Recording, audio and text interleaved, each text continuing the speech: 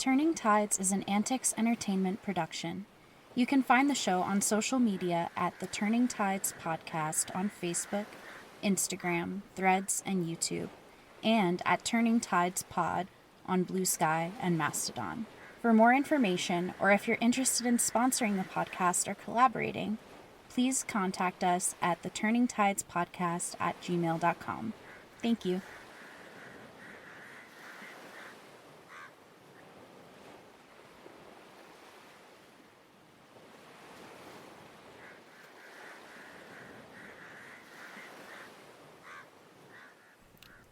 His Royal Highness the Emir Faisal, representing and acting on behalf of the Arab Kingdom of Hijaz, and Dr. Chaim Weissman, representing and acting on behalf of the Zionist organization, mindful of the racial kinship and ancient bonds existing between the Arabs and the Jewish people, and realizing that the surest means of working out the consummation of their national aspirations is through the closest possible collaboration in the development of the Arab state and Palestine, and being desirous further of confirming the good understanding which exists between them, have agreed upon the following articles. Faisal-Weissman Agreement, January 3rd, 1919. Hello, everyone. I'm your host, Joseph Pascone, and I'd like to thank you all for joining me on this very special episode of the Turning Tides podcast. Today, we are joined by Miles Spencer. He is the co-author of the best-selling book, A Line in the Sand, which tells the story of two best friends who traveled through space and time to uncover the hidden mysteries about T.E. Lawrence, his Middle East campaign in World War I, and the origins of the conflicts throughout the Middle East today. First of all, Miles, how are you today?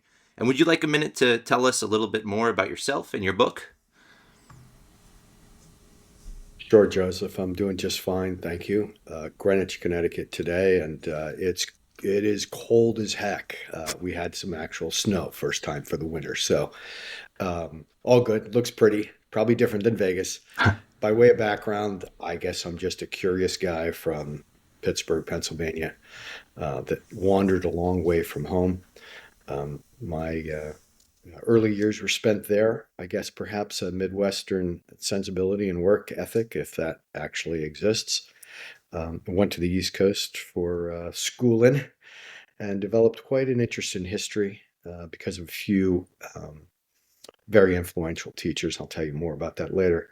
I'm a tech entrepreneur and investor. I've had the good fortune of growing and exiting 3 businesses, about 1,000 employees. And I might add 30 others that utterly failed, which helped me build the 3 that actually succeeded.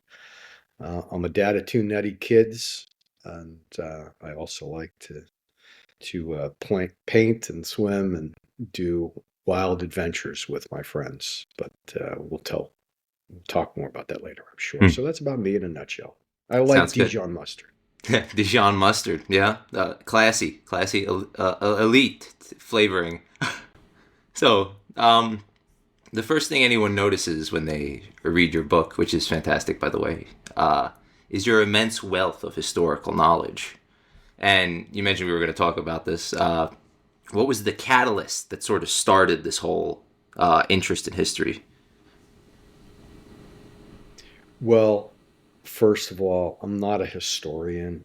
I just love history, and I love to use stories to teach people about history that I think would be important to a culture, to a region, to an understanding.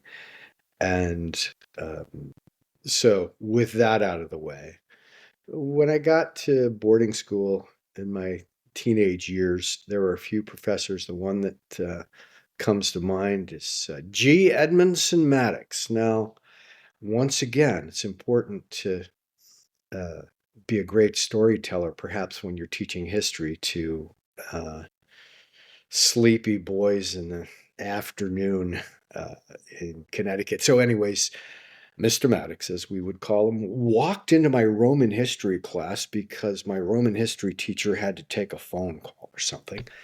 And he said, "Let me tell you about Roman history. I was born in Rome, Georgia." And he went on for 5 minutes until the actual teacher walked back in. But we were absolutely captivated by his ability to tell a story. And in the end, I said, boy, I'd like to read more about it. I ended up with a couple of specific periods I was really interested in. Um, one was the period of the Crusades. The second was the French Revolution.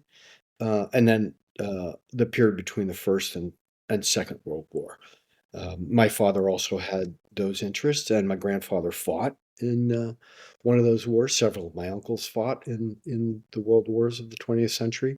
And so it was always kind of around us, not as students or educators or scholars, but just that general curiosity and knowledge.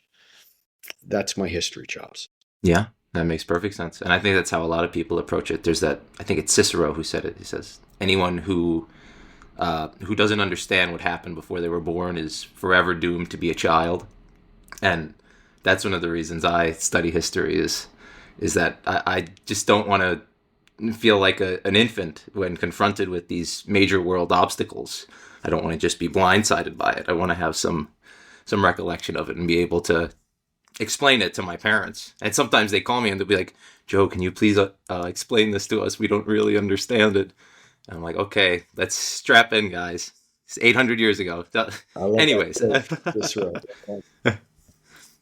So you brought up your upbringing in Pittsburgh, PA, which is a history-rich city.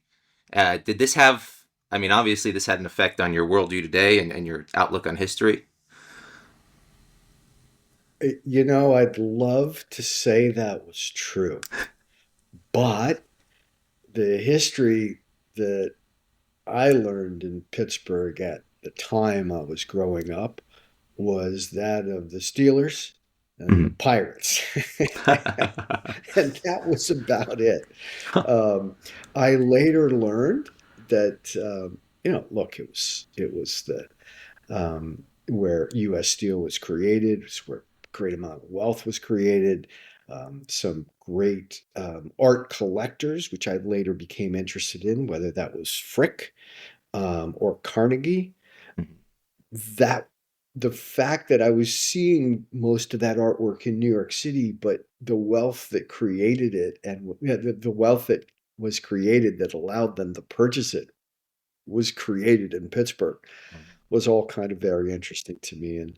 And I go back on a regular basis and I go see those places, and they have such a different meaning now than they did when I was a kid. But to be honest, I was an okay history student for sure. I was an okay student for sure when I was in Pittsburgh, but it was about football and to a certain extent baseball with the Pirates. Fair enough. Fair enough. It's a huge thing in I guess anywhere in PA. I only have the recollection of Philadelphia, but there it was football crazy, and I assume it's very similar in Pittsburgh. You guys want to one up. You got to one up Philly all the time. We try, although, look, we have no constitutional history in Pittsburgh the way Philadelphia does. Yeah. Whether it's the Liberty Bell or drafting the Constitution, or Ben Franklin, or you name, we just don't have that in Pittsburgh. So props to Philadelphia in that regard. You got to give it where it's due. I mean, they just won the Super Bowl. We got to give it where it's due. So you start your book during the famous, and some would say infamous, running of the bulls in Pamplona, Spain. What is the significance of the running of the bulls, and why start your time-traveling Middle Eastern epic there?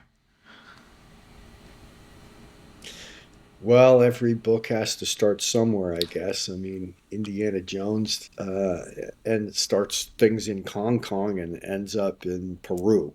So in that regard, look, our first draft of the book mentioned offhandedly that the two characters had met in Pamplona. And one of the gentlemen that helps us pull together the early drafts, name is Alex. He's just like, in the liner notes, might want to tell me a little bit more about this one. Hmm. And indeed, Wells and I had recently run in Pamplona ourselves, which is typical of many of the things that are in the book. And so we had a very immersive adventure in Pamplona. And suddenly it just clicked. What better way to quickly get people's attention and give a sense of these two men, Magnus and Finn, and their appetite for adventures with purpose and journeys of understanding than to go run with six 2,000-pound beasts through the winding streets of Pamplona. So it was fresh in our mind. It worked.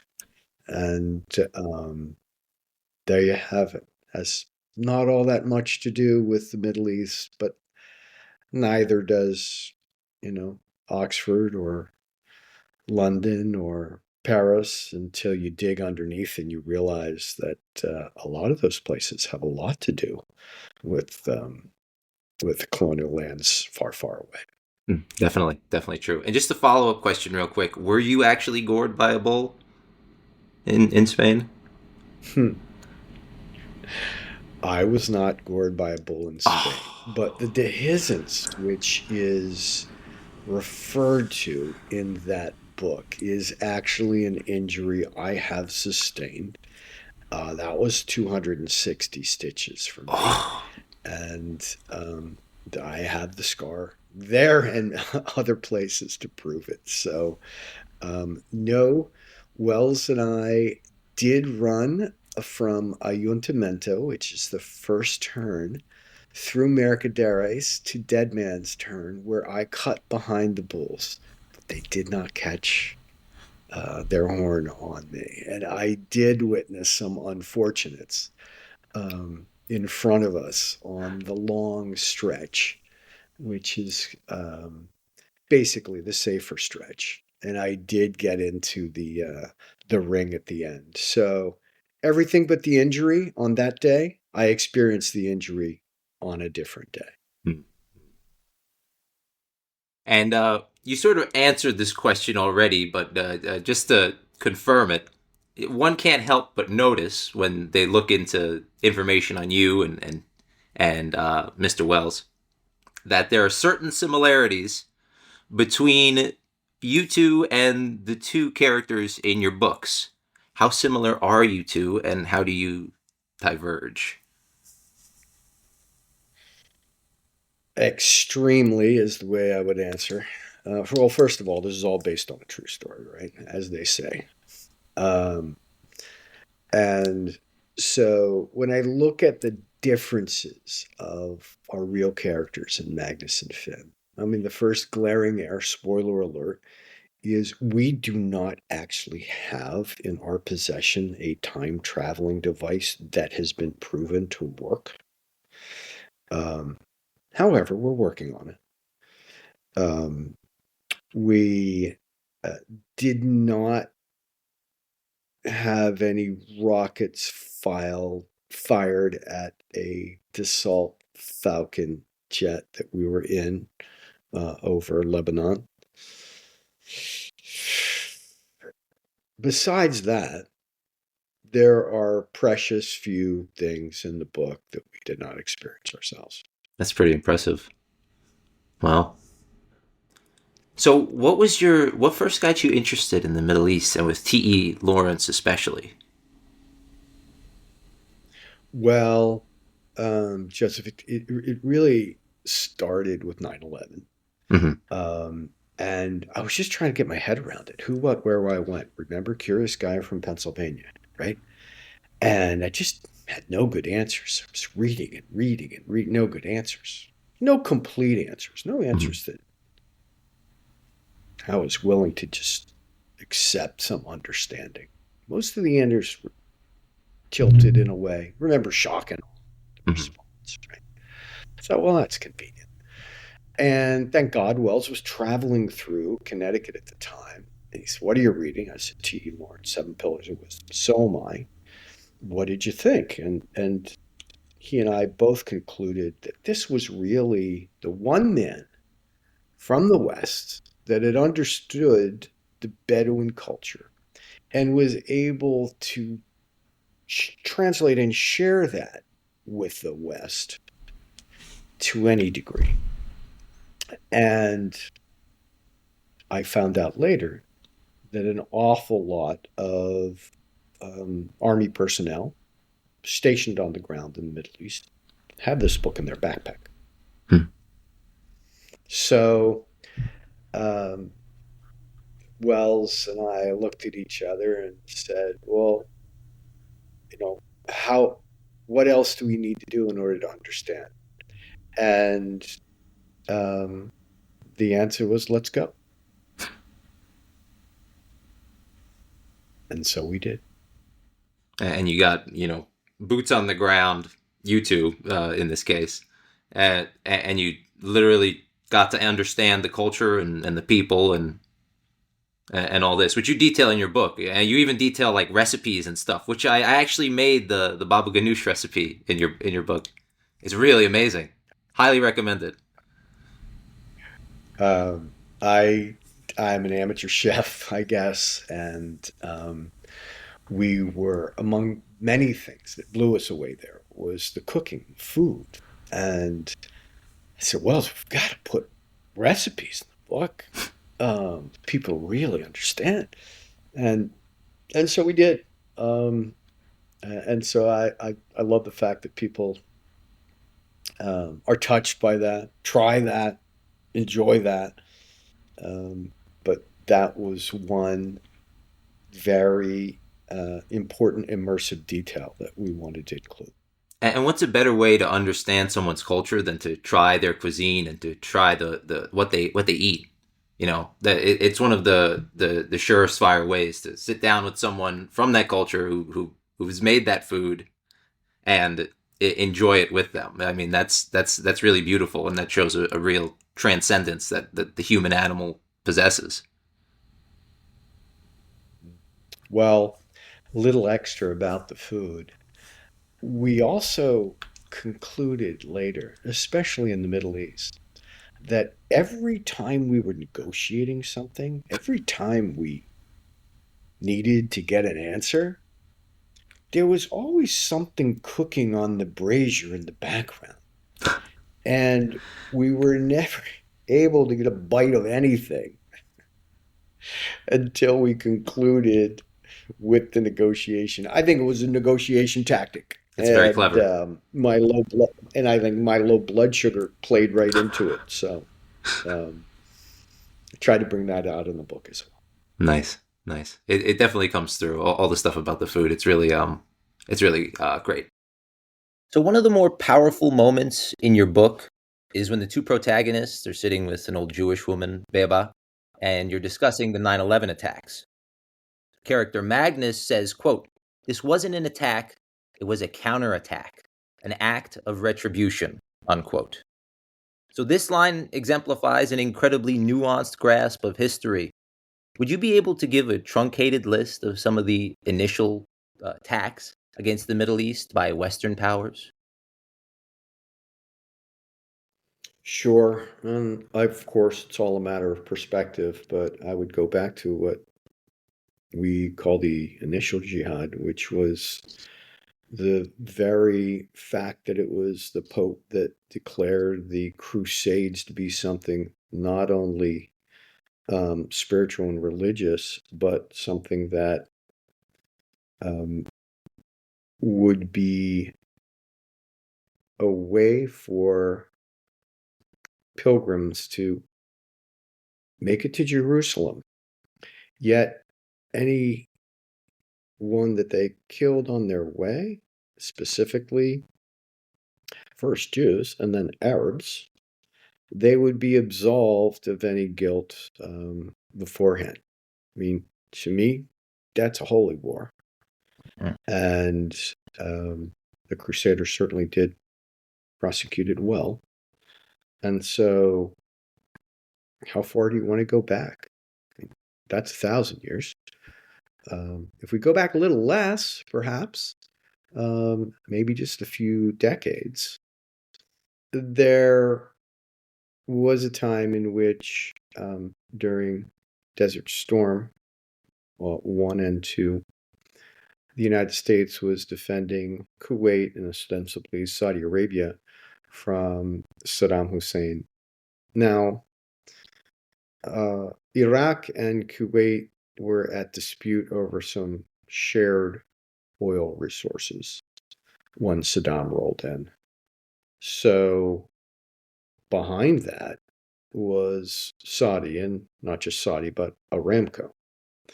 And so America put many, many, many boots on the ground, ostensibly to defend those resources. In that process, what they actually did was offend one man.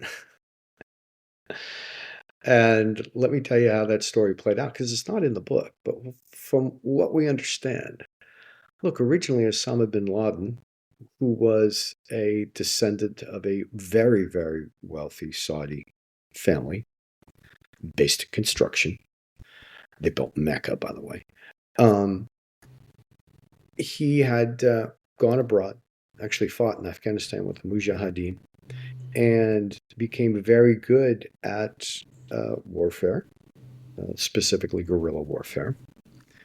And so at that moment in which Saddam was threatening, he came back to the kingdom and said, look, I can raise an army. I can defend Saudi Arabia. What better than to have a Saudi Arabian do it rather than these Americans? Well, the Sauds have controlled the peninsula for 100 years for a variety of reasons, one of which is they're smart. And they did not want to create a hero with an army on the Saudi peninsula. So I wouldn't say that this was necessarily an attack by the Americans. It was really defending the resources of their own and Saudis. But it was a psychological attack on Osama. I guess his feelings were hurt. And that's part of what drove him to persecute the attack on 9/11. He was left out, and he felt slighted. And that was his response. And he felt slighted by the whole Western world. It wasn't specifically the United States. It was basically the entire hegemonic rule of, European colonialism. This was what he was really striking out against. It wasn't necessarily American blue jeans. No, for sure. You are correct. But I think the catalyst was not getting picked for the role of defending Saudi Arabia during Desert Storm. Most definitely. For good reason. Yeah. We just talked about it a little bit, the Crusades in the 1100s to the 1300s. So besides defining those centuries of history and causing geopolitical havoc in the region, what are some other lasting effects that the Crusades have had on the Maghreb and the Middle East in general? Very good croissants in Damascus. Look, in the long term, in the 1,000 years since the Crusades, those castles still exist. Prec Chevalier, Kerak Castle, Kerak and Mohabist. These are fantastic fortresses which were actually created by the Knights Templar in basically a pit stop system. It was very interesting.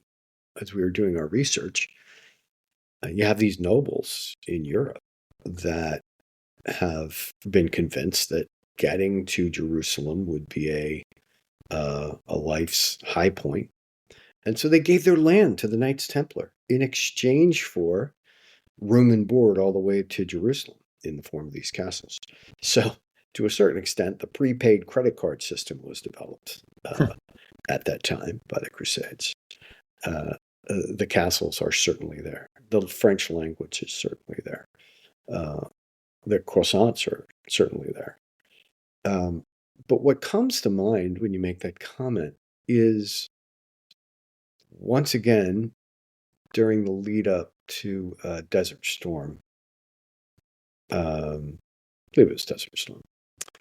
Do you remember Shock and Awe and that campaign where there were weapons of mass destruction somewhere in the world? Mm-hmm.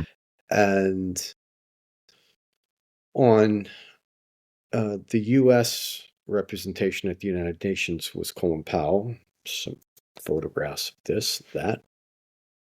And on the other side was Jacques Chirac, who was either prime minister at the time, president.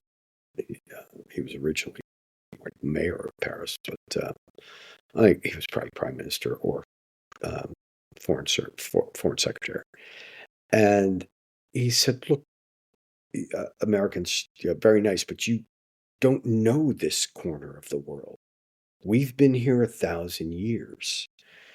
We know the people, we know the customs, we know how things work.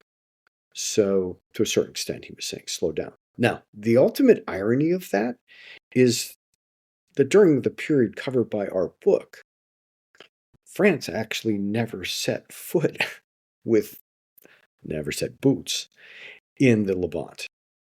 They were busy defending against the Germans in Europe, yet they were able to claim their fair share of Lebanon and Syria post-World War I, because number one, they'd been there for so long, 1,000 years, and number two, they had fought so hard in Europe, and if they didn't, then perhaps the other countries, Great Britain, would be sunk.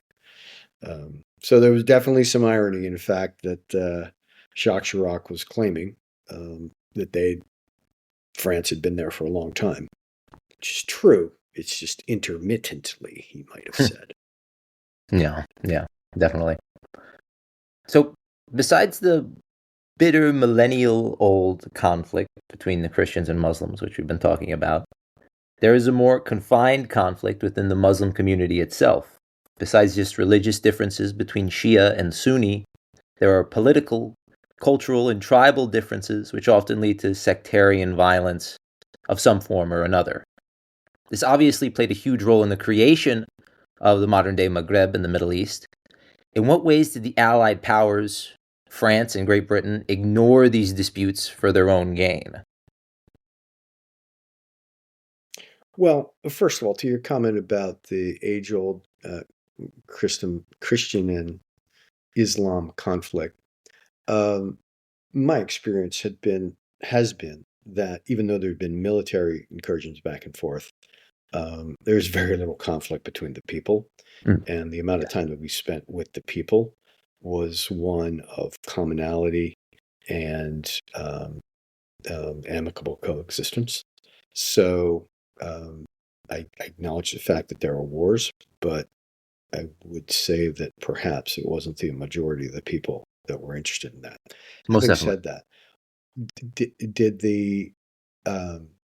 did the powers that be ignore the sectarian conflict? Well, of course they do. I mean, I think they knew it existed. The very fact that Lawrence, Gertrude Bell, Percy Cox, and the rest were a bit of a sideshow at the Paris Peace Conference. The people that understood the tribes and their dynamics and the geography and its dynamics were not the one drafting the agreements post-World War I, right? Yeah. They attempted to influence it, gave it a heck of a shot, but in reality, it was sort of shut out at the Majestic Hotel, frankly, during the Paris Peace Conference. And so my take on it is Whether or not the powers that be considered it, ignored it, acknowledged it, this is about land and resources. And I believe that peace conference, as it applies to the Middle East, was all about land and resources. Remember, you got the Suez Canal, which at the time was probably the most valuable piece of land in the region, piece of water in the region, because of what it meant to trade. Oil was not quite a known fact. Winston Churchill, as vice chairman of the Admiralty, if I have that title correct, had begun a program to switch the Royal Navy from coal, which is not available all over the world, to oil, which is a little more so. And their early deals were with, basically, it was with Persia, right? And that's where they thought that they were going to extract the most resources from the region. Turns out they picked well, but they didn't pick perfectly well. The Americans ended up with the best relationship with the Saudis, who had most of the resources.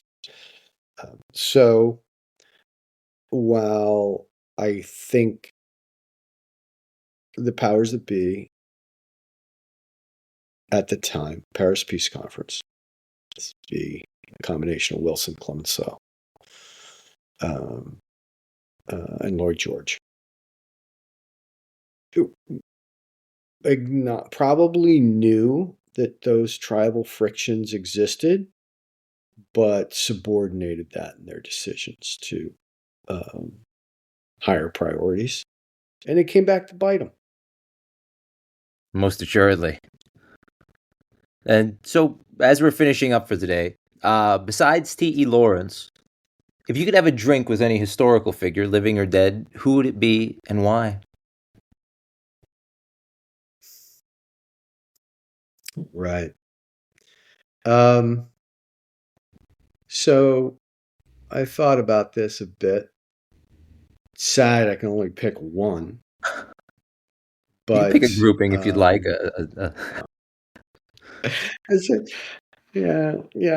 Yeah, perhaps. The first one for sure would be Bonaparte, because not because he was such a nice guy, not because he was responsible for the deaths of millions of Europeans, including his own countrymen, but he was so innovative. He was almost an Italian.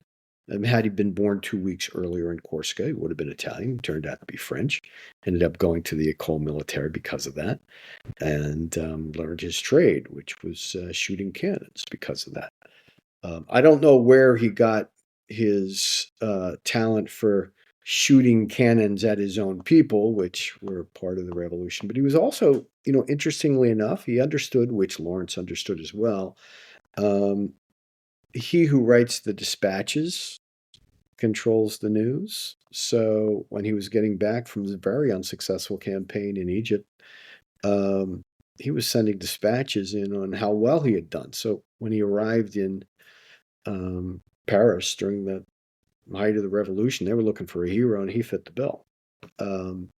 And so I would say, there's some other leaders around that are probably pretty good at that lately.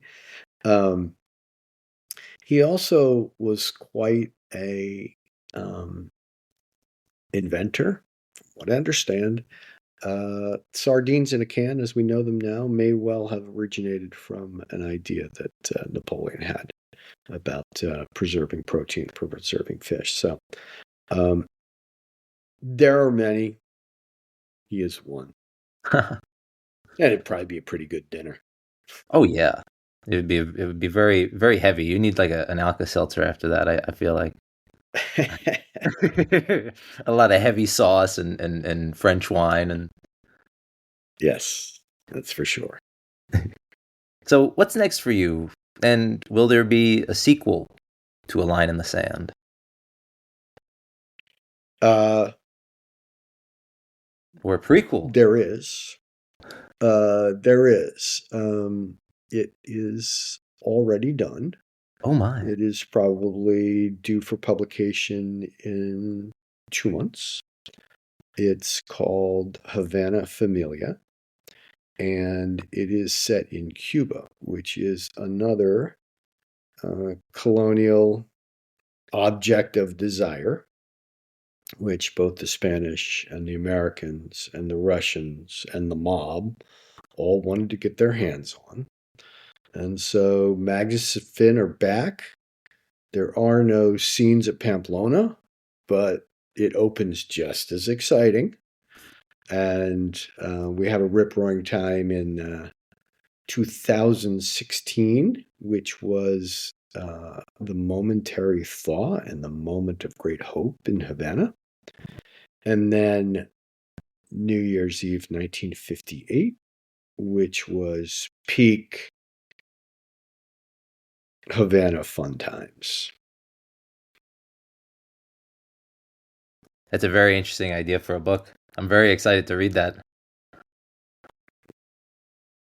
It will continue the fun. I think Magnus and Finn are probably good for 3, 4, 5 books around the world with similar circumstances. Very interesting. So finally, where can people get in touch with you? Where can people find your work? Where can people get this book? Sure.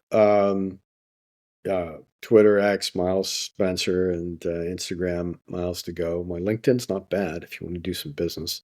My website, where I kind of consolidate all these crazy ideas, is milesspencer.com. But of course, the book is on Amazon. The Audible is also available, and frankly, it's the same words, but it's narrated by a wonderful narrator named Eduardo Ballerini. And I listened to it, and I said, wow, that's the same words, but it sounds so much better, especially the Pamplona bull run. So I highly encourage that. That's a line in the sand under Spencer and Jones in Amazon, Kindle, paperback, or Audible.